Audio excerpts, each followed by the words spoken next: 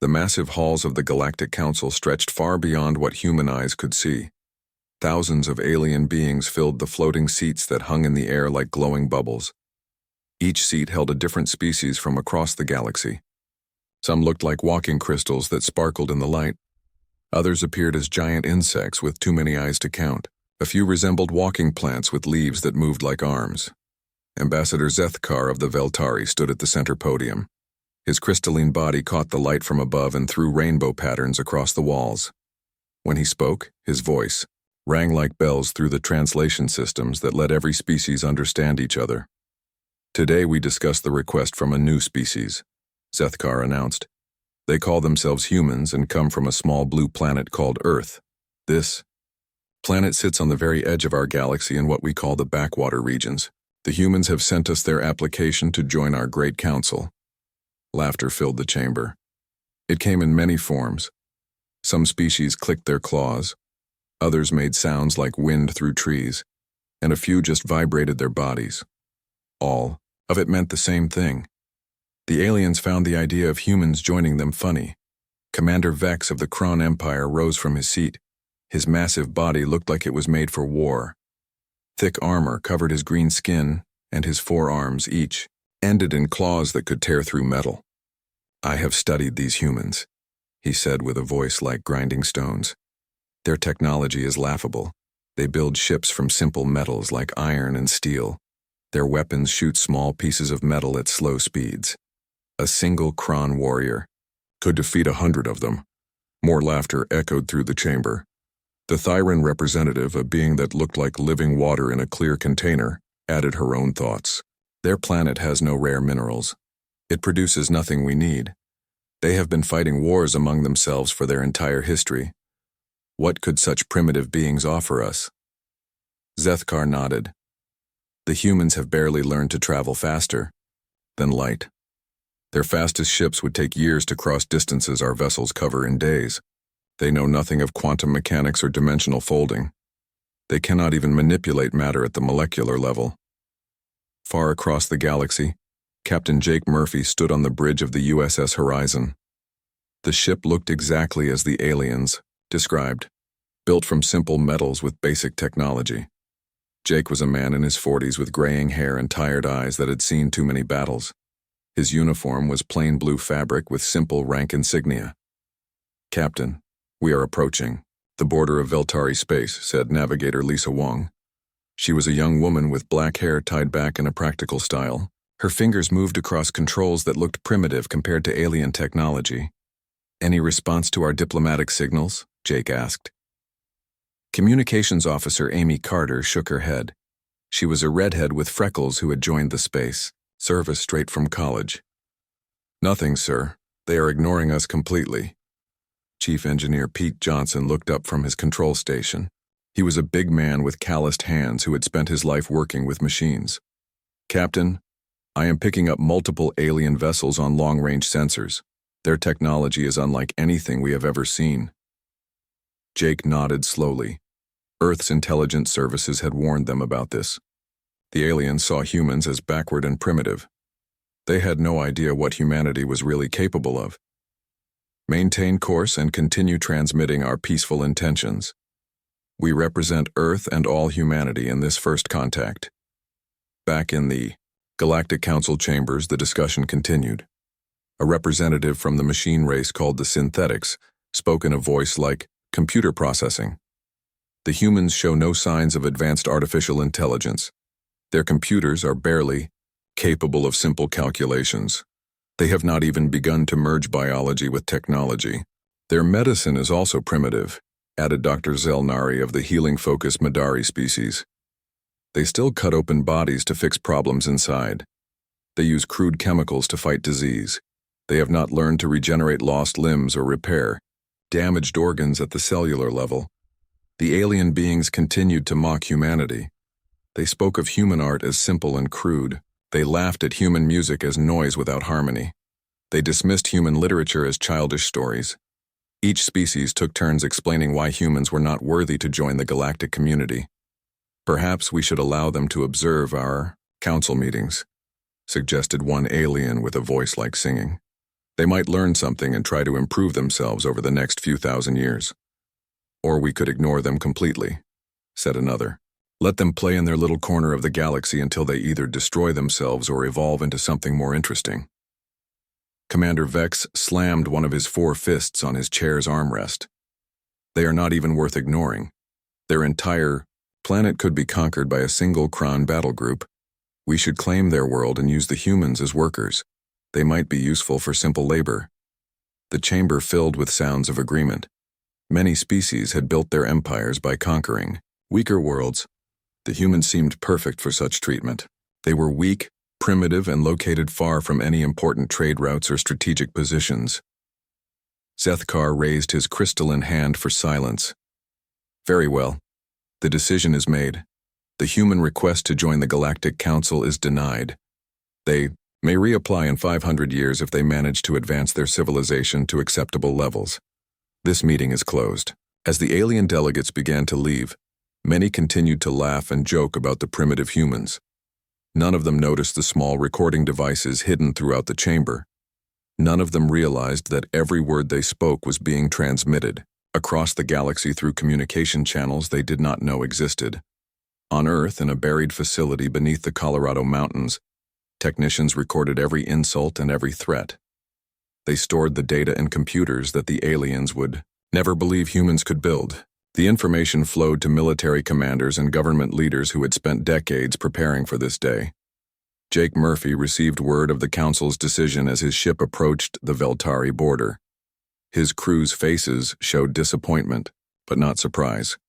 They had expected rejection. What they did not expect was the complete contempt the aliens showed for humanity. Set course for Earth, Jake ordered. We have delivered our message and received our answer. It is time to report. Back to command. As the USS Horizon turned away from alien space, its simple-looking engines produced a gentle blue glow. The aliens would never have guessed that those engines could manipulate space and time in ways their best scientists could not understand. They would never have believed that the primitive metal hull contained materials that could phase in and out of normal reality. Humanity had been mocked as a backwater species. The galaxy had rejected them without even a proper hearing. The aliens thought they knew everything about the strange beings from the blue planet at the edge of nowhere. Soon, they would learn how wrong they were. 6 months had passed since the Galactic Council rejected humanity's application. Deep beneath the Colorado mountains, Dr. Elena Rodriguez walked through corridors that officially did not exist. The facility stretched for miles underground, hidden from satellites and alien sensors. Signs on the walls read Project Deepwatch in simple black letters. Elena was a woman in her 30s with dark hair and sharp eyes behind wire-rimmed glasses. She had spent the last 10 years of her life working on humanity's greatest secret. As she entered the main control room, dozens of technicians looked up from their workstations. Report, Elena said to her assistant, Dr. Sam Mitchell. Sam was a tall man with messy brown hair who always looked like he had not slept enough. He pointed to the massive holographic display that dominated the room. We are tracking movement in the Kron Empire's military sectors. They have been mobilizing war fleets for the past 3 weeks. The display showed a 3-dimensional map of the galaxy. Red dots marked Kron military vessels moving through space. Blue dots represented peaceful civilizations. Green dots showed human observation posts that the aliens did not know existed. Where are they heading? Elena asked. The Thyran colonies in the Andromeda sector, Sam replied. Intelligence suggests they plan to attack within the month. Elena frowned as she studied the data. The Thyrans were a peaceful species that looked like living water in clear containers. They had some of the most advanced healing technology in the galaxy, but they had never built weapons of war. Their entire philosophy centered around preserving life. What does the Galactic Council know about this? Elena asked. Sam's expression grew grim. Nothing. The Kron have been using new encryption methods to hide their communications. Traditional alien listening posts cannot break their codes. Elena nodded. This was exactly why Project Deepwatch existed. While the galaxy mocked humanity as primitive, Earth's scientists had developed quantum communication interceptors that could monitor every message sent across known space. The aliens thought their communications were secure, but humanity could hear everything. "Continue monitoring and prepare a full report for command," Elena ordered.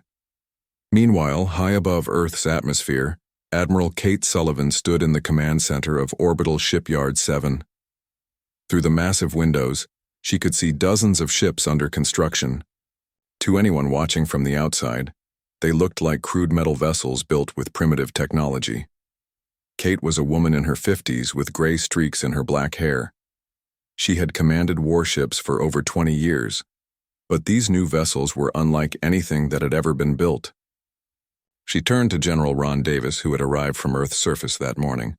Ron was a stocky man with a thick mustache who had spent his entire career preparing for the day humanity would reveal itself to the galaxy. "How many ships are ready, Admiral?" he asked. 12 of the new Phantom-class vessels," Kate replied. "From the outside, they look like simple patrol boats. The aliens would laugh if they saw them." "And on the inside?" Ron asked with a slight smile.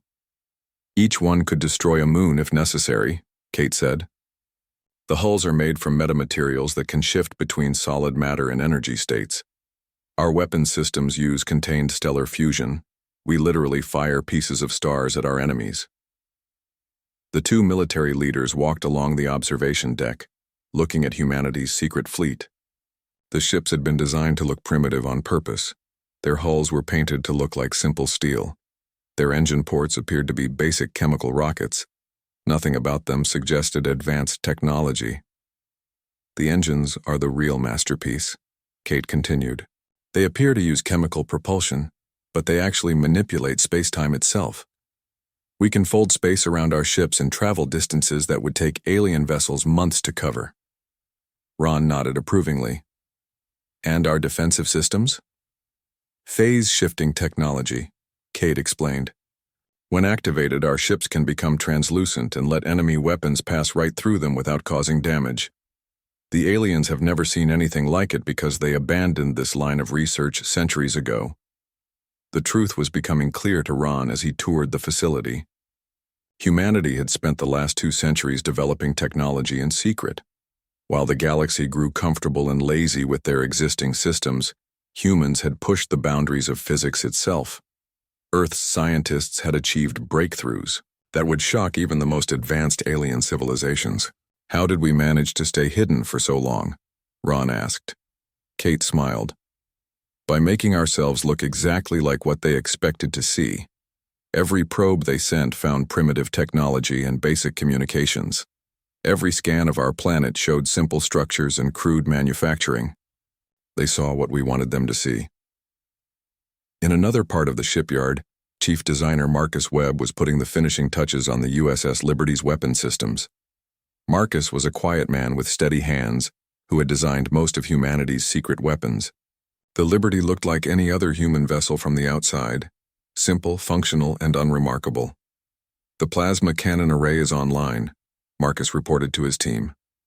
"Output levels are within acceptable parameters." What Marcus did not mention was that those plasma cannons could punch holes through asteroids. The energy weapons were powered by miniaturized fusion reactors that produced more power than most alien space stations. Each shot could vaporize targets at the molecular level. "Defensive grid status?" asked his assistant, Jenny Park. Jenny was a young engineer who had graduated at the top of her class from MIT. She had spent the last 3 years learning to build technology that most alien species would consider impossible. "All shield generators are functioning perfectly," Marcus replied. "We can maintain phase shift states for up to 6 hours of continuous combat.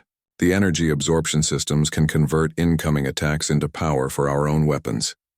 Back in the Deep Watch facility, Elena received an urgent communication from Earth's intelligence network. Agent Carlos Rivera, stationed near the Theron colonies, was reporting increased Kron military activity. "Dr. Rodriguez," Carlos said through the encrypted channel, "Kron advanced scouts are already positioning themselves around Theron space. They are conducting detailed scans of defensive positions." Carlos was an undercover operative who had been living among alien traders for the past 5 years.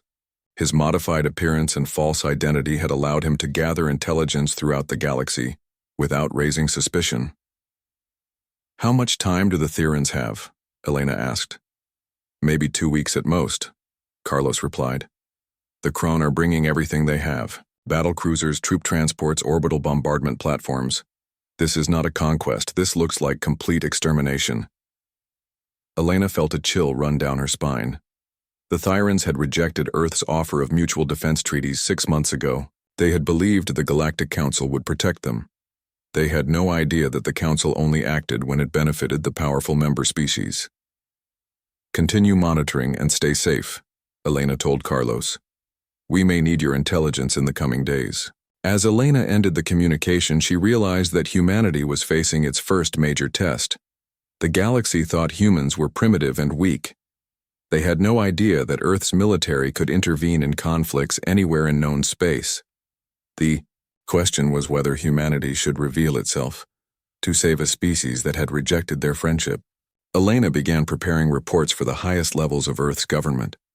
Soon, President Linda Hayes and the Global Defense Council would have to make a decision that would change humanity's place in the galaxy forever. The aliens had mocked Earth as a backwater world, but they were about to learn that appearances could be very deceiving. In shipyards around Earth, crews began final preparations on vessels that looked primitive, but carried the power to reshape galactic politics. In hidden facilities, technicians monitored communications across hundreds of star systems. In secret bases throughout human space, soldiers trained with weapons that could stop alien invasions. The galaxy had rejected humanity without giving them a chance.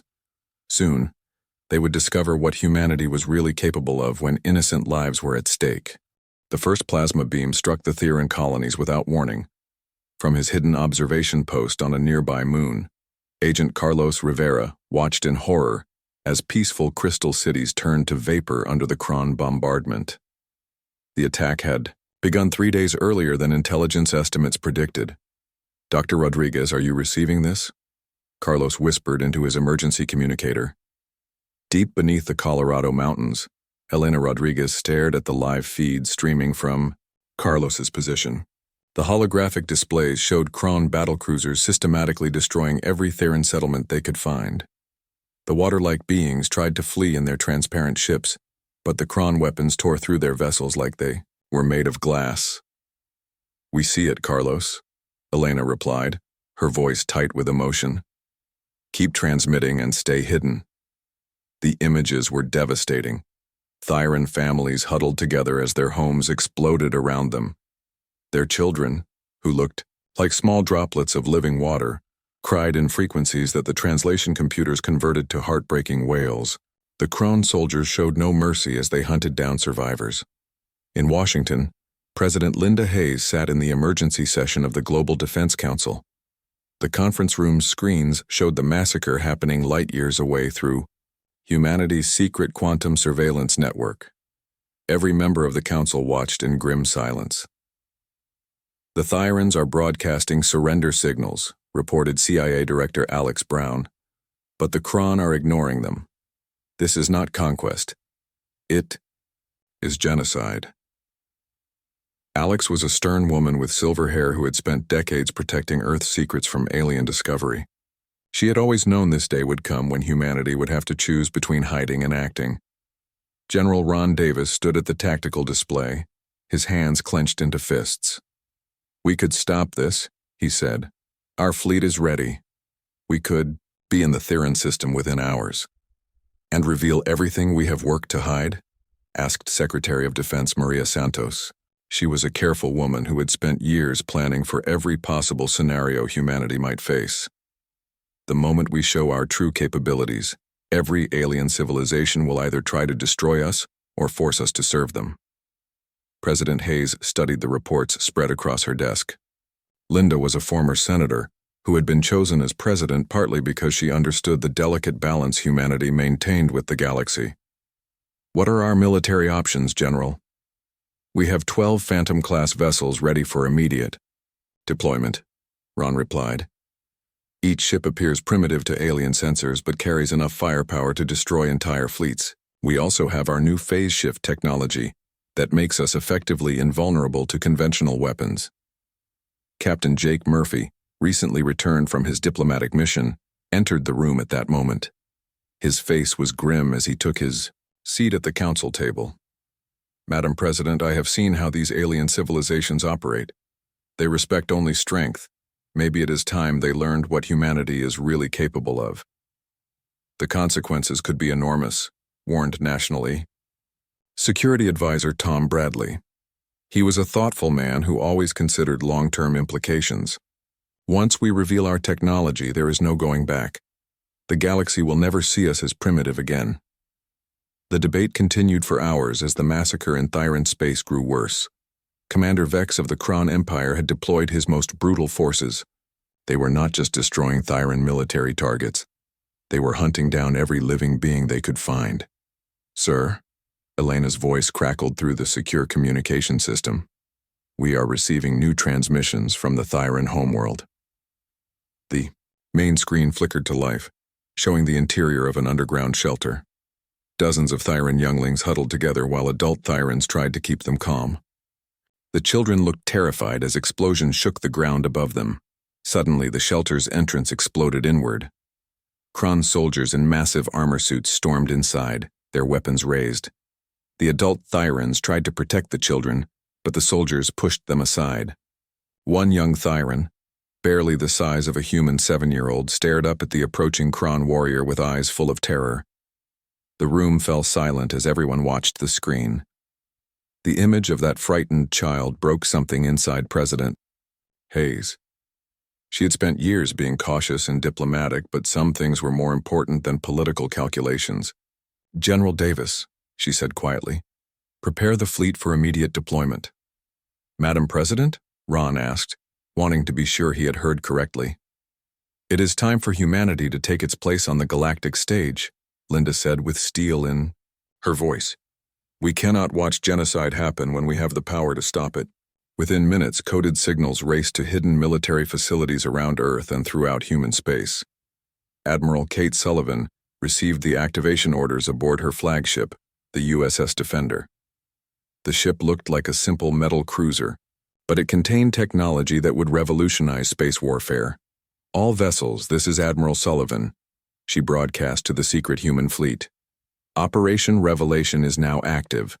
We are going to show the galaxy what humanity is really made of." Captain Jake Murphy took command of the USS Liberty, the ship he had flown to the failed diplomatic mission months earlier. His crew included many of the same officers who had witnessed humanity's rejection by the Galactic Council. Navigator Lisa Wong, Communications Officer Amy Carter, and Chief Engineer Pete Johnson all prepared for humanity's first real battle with alien forces. "Captain," Lisa reported, "course laid in for the Thyran system. We can be there in 4 hours using conventional faster-than-light travel." Jake smiled grimly. "We are not using conventional travel today. Activate the spacefold drive." The Liberty's engines, which looked like simple chemical rockets, began to glow with an unusual blue light. Space itself began to bend around the ship as humanity's secret technology manipulated the fabric of reality. What should have been a 4-hour journey would take only minutes. Throughout the human fleet, similar preparations were taking place. 12 ships that appeared primitive and harmless were about to demonstrate technology that would shake the foundations of galactic civilization. Each vessel carried weapons that could destroy planets and defensive systems that made them nearly invincible. In the Kron command ship, Commander Vex received reports of approaching vessels. "What kind of ships?" he asked his sensor operator. "They appear to be human vessels, Commander," the operator replied. "Simple metal construction, primitive, weapons, basic propulsion systems." Vex laughed, his forearms gesturing dismissively. "Humans? Here? They must be lost. Destroy them quickly and continue with the operation." 3 Kron heavy cruisers moved to intercept the approaching human fleet.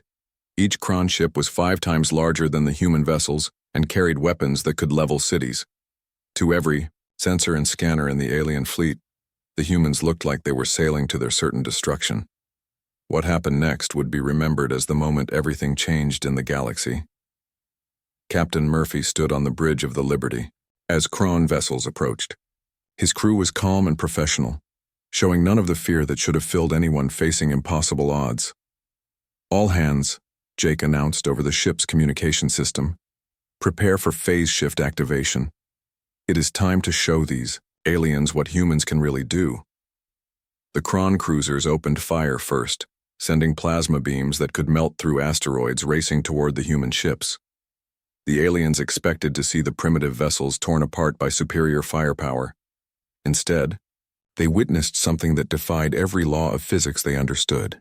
The Kron plasma beams struck the USS Liberty exactly where they were aimed.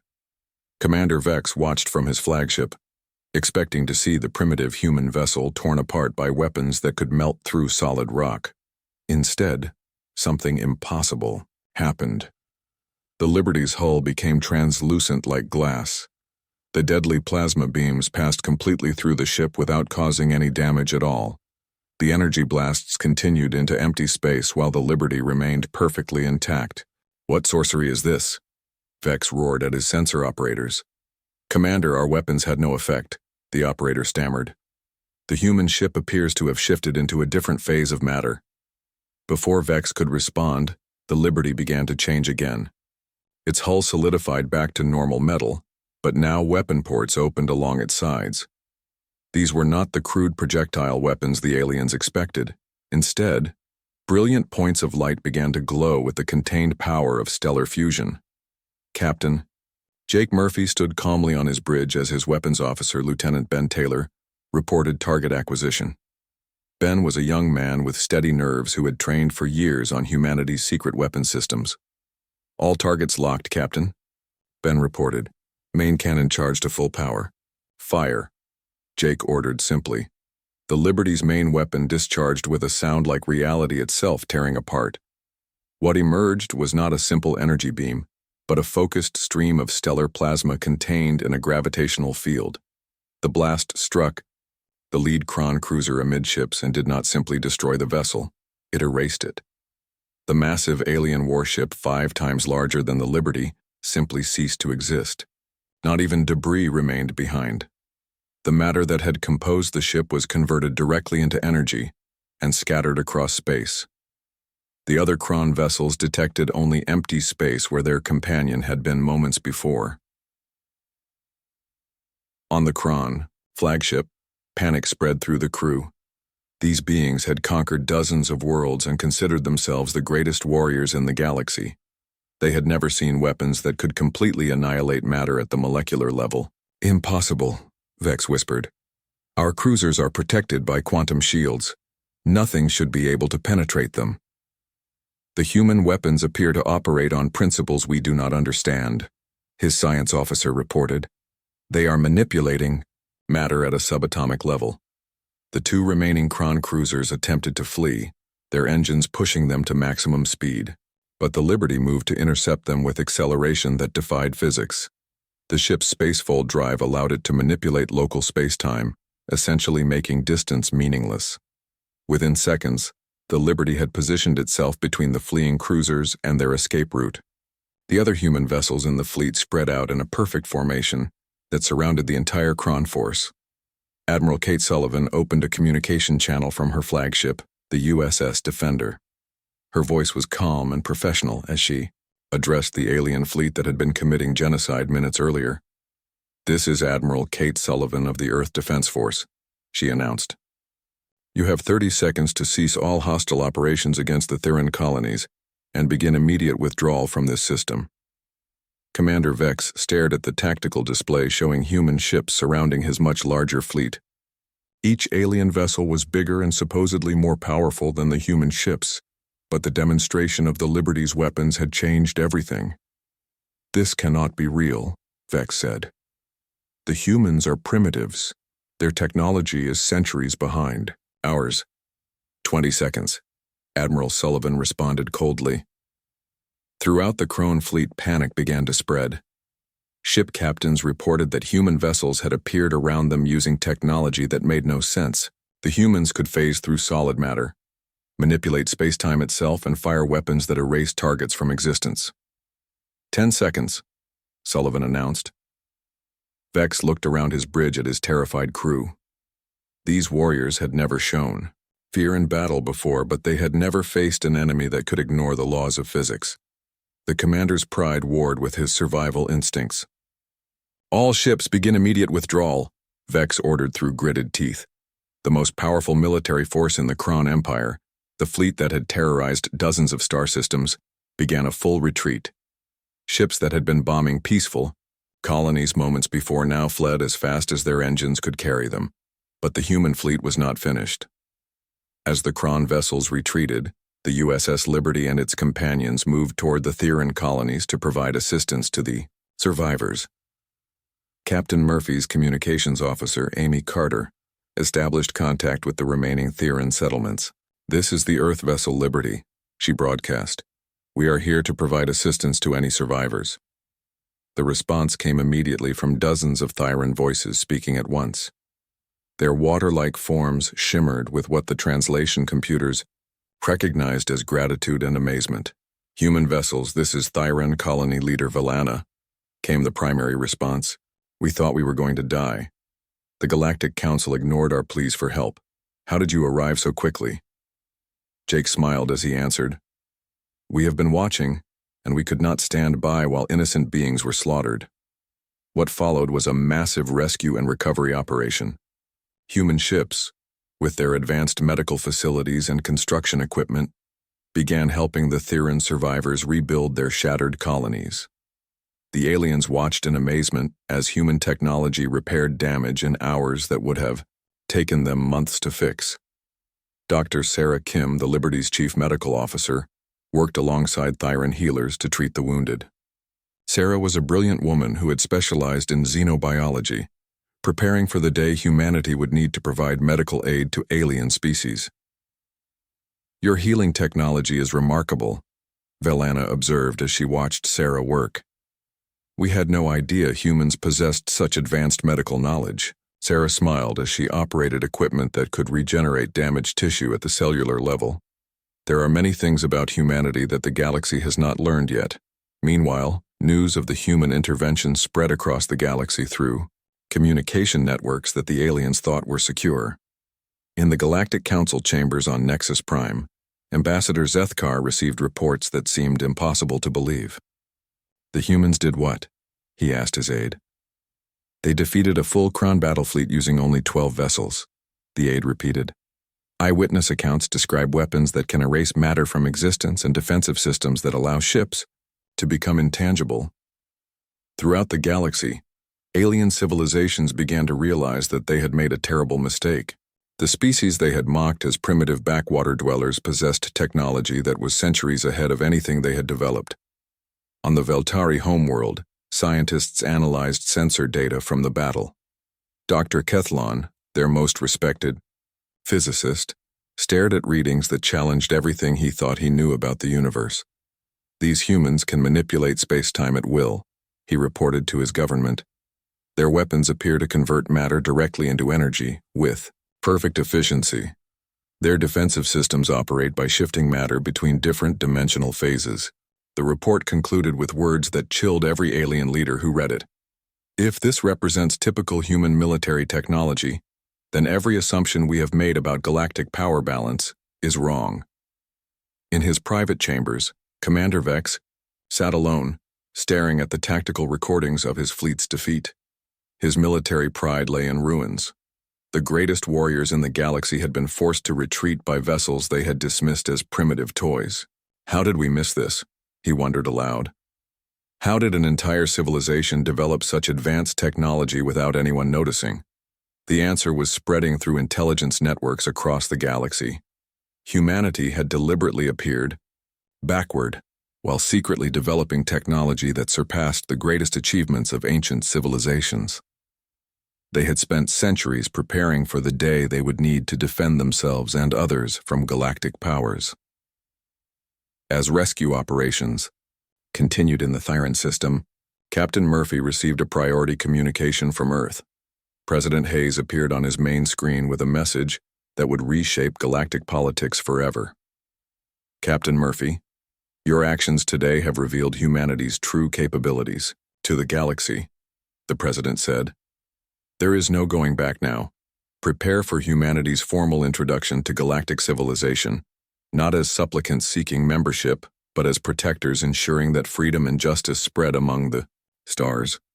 3 weeks after the rescue of the Thyran colonies, the Galactic Council chambers buzzed with nervous energy unlike anything seen in centuries. Representatives from hundreds of species filled the floating seats, but their usual confidence had been replaced by fear and uncertainty. Ambassador Zethkar of the Veltari stood at the center podium, his crystalline body no longer sparkling with arrogance. His voice, once ringing with superiority, now trembled as he addressed the assembly.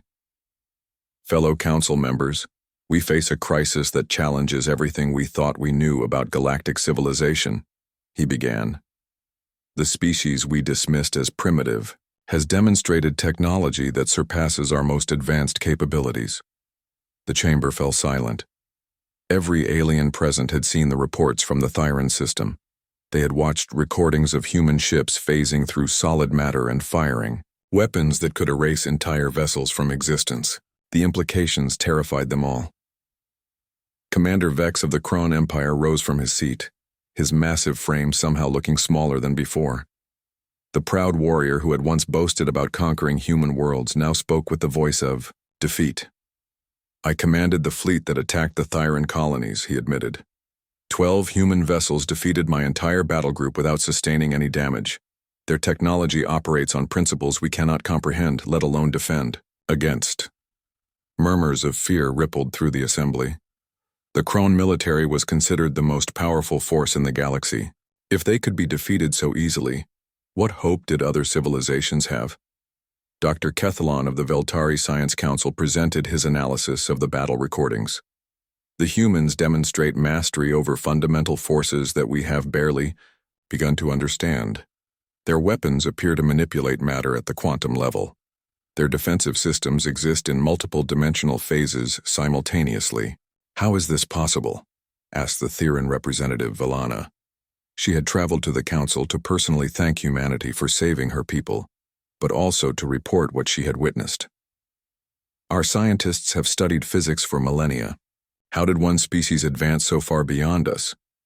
The answer came from an unexpected source. A small, elderly alien named historian Gethmok had spent his life studying the development of galactic civilizations. He rarely spoke in council sessions, preferring to observe and record. Perhaps, he said in a voice like rustling leaves, the humans advanced precisely because they were isolated and ignored. While we grew comfortable with existing technology, they were forced to innovate and adapt. While we relied on conquest and exploitation, they developed solutions through cooperation and creativity. The implications of his words sank in slowly. The galactic community had become stagnant, relying on ancient technologies and established power structures. They had stopped pushing the boundaries of science and exploration, content to maintain their existing advantages over weaker species. In the gallery reserved for observers, Captain Jake Murphy sat wearing a simple Earth military uniform. He no longer represented humanity as a supplicant seeking acceptance. Instead, he was there as Earth's first official ambassador to negotiate the terms of humanity's integration into galactic affairs. The council chamber's atmosphere grew tense as various species began to voice their concerns and demands.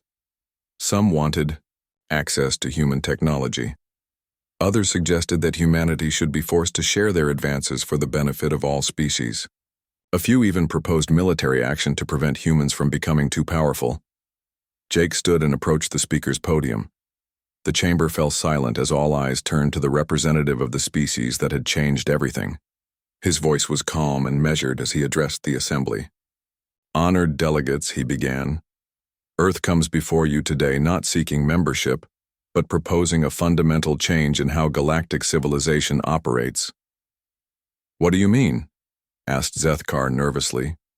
For too long, this galaxy has been ruled by the principle that might makes right, Jake replied. Powerful species exploit weaker ones. Strong civilizations conquer and enslave those who cannot defend themselves. The Thyran genocide was just the latest example. Commander Vex shifted uncomfortably in his seat.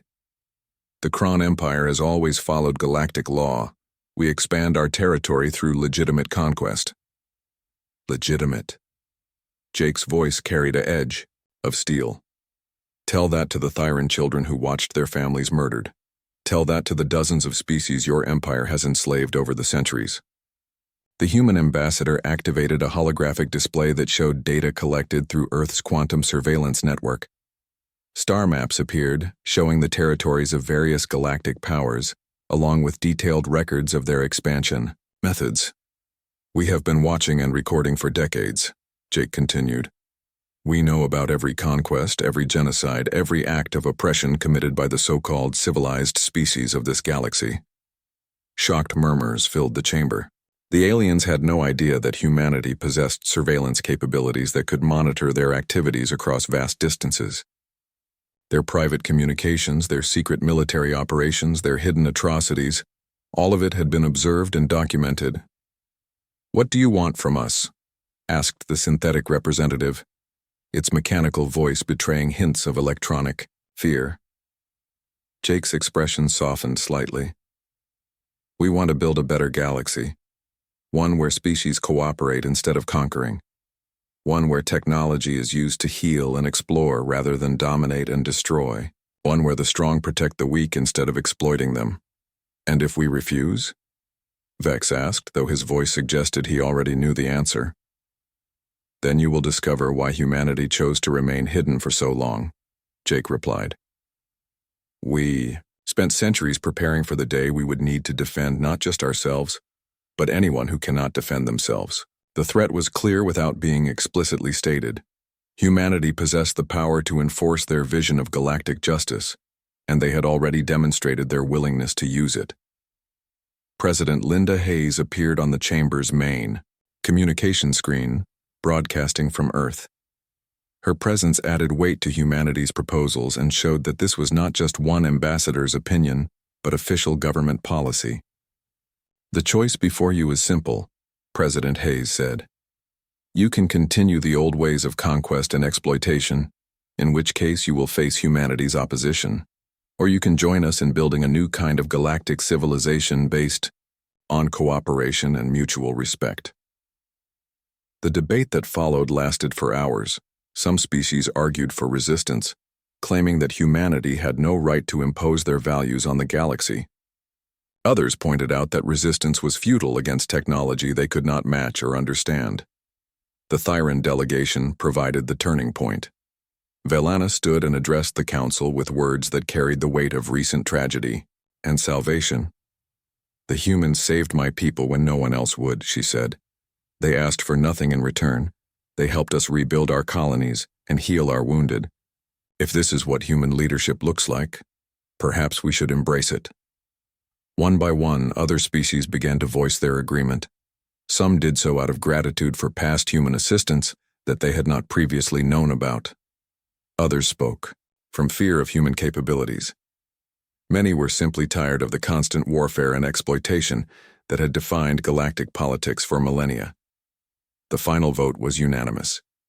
The new galactic charter was approved without dissent, establishing principles of cooperation, mutual defense, and peaceful exploration. Species that violated these principles would face intervention by the combined forces of charter members, led by humanity's advanced technology. As the session ended, Jake Murphy found himself surrounded by alien diplomats seeking to establish better relations with Earth. The transformation was remarkable. Beings who had mocked humanity months earlier now competed for human friendship and alliance. Later, in his private quarters aboard the human diplomatic vessel, Jake received a communication from Dr. Elena Rodriguez back on Earth. The Deep Watch facility was being converted from a surveillance center to a coordination hub for peaceful exploration and scientific cooperation. "The galaxy is already changing," Elena reported. "Aggressive species are pulling back from conquest operations. Trade routes are being established for mutual benefit instead of exploitation. Scientific cooperation agreements are being signed between former enemies." The transformation continued over the following months. Admiral Kate Sullivan found herself leading joint exploration missions instead of preparing for war. Her fleet, of advanced human vessels worked alongside alien ships to explore uncharted regions of the galaxy and provide assistance to species in need. Captain Murphy was promoted to admiral and given command of Earth's first publicly revealed flagship, the USS Harmony. The ship was built to showcase human technology while serving as a symbol of the new cooperative spirit humanity hoped to foster. Standing on the Harmony's bridge as it led a joint fleet toward unexplored space, Murphy reflected on how much had changed. The galaxy had once mocked Earth as a backward world full of primitive beings. They had rejected humanity's offer of friendship and cooperation. Now those same aliens looked to humans as protectors and leaders.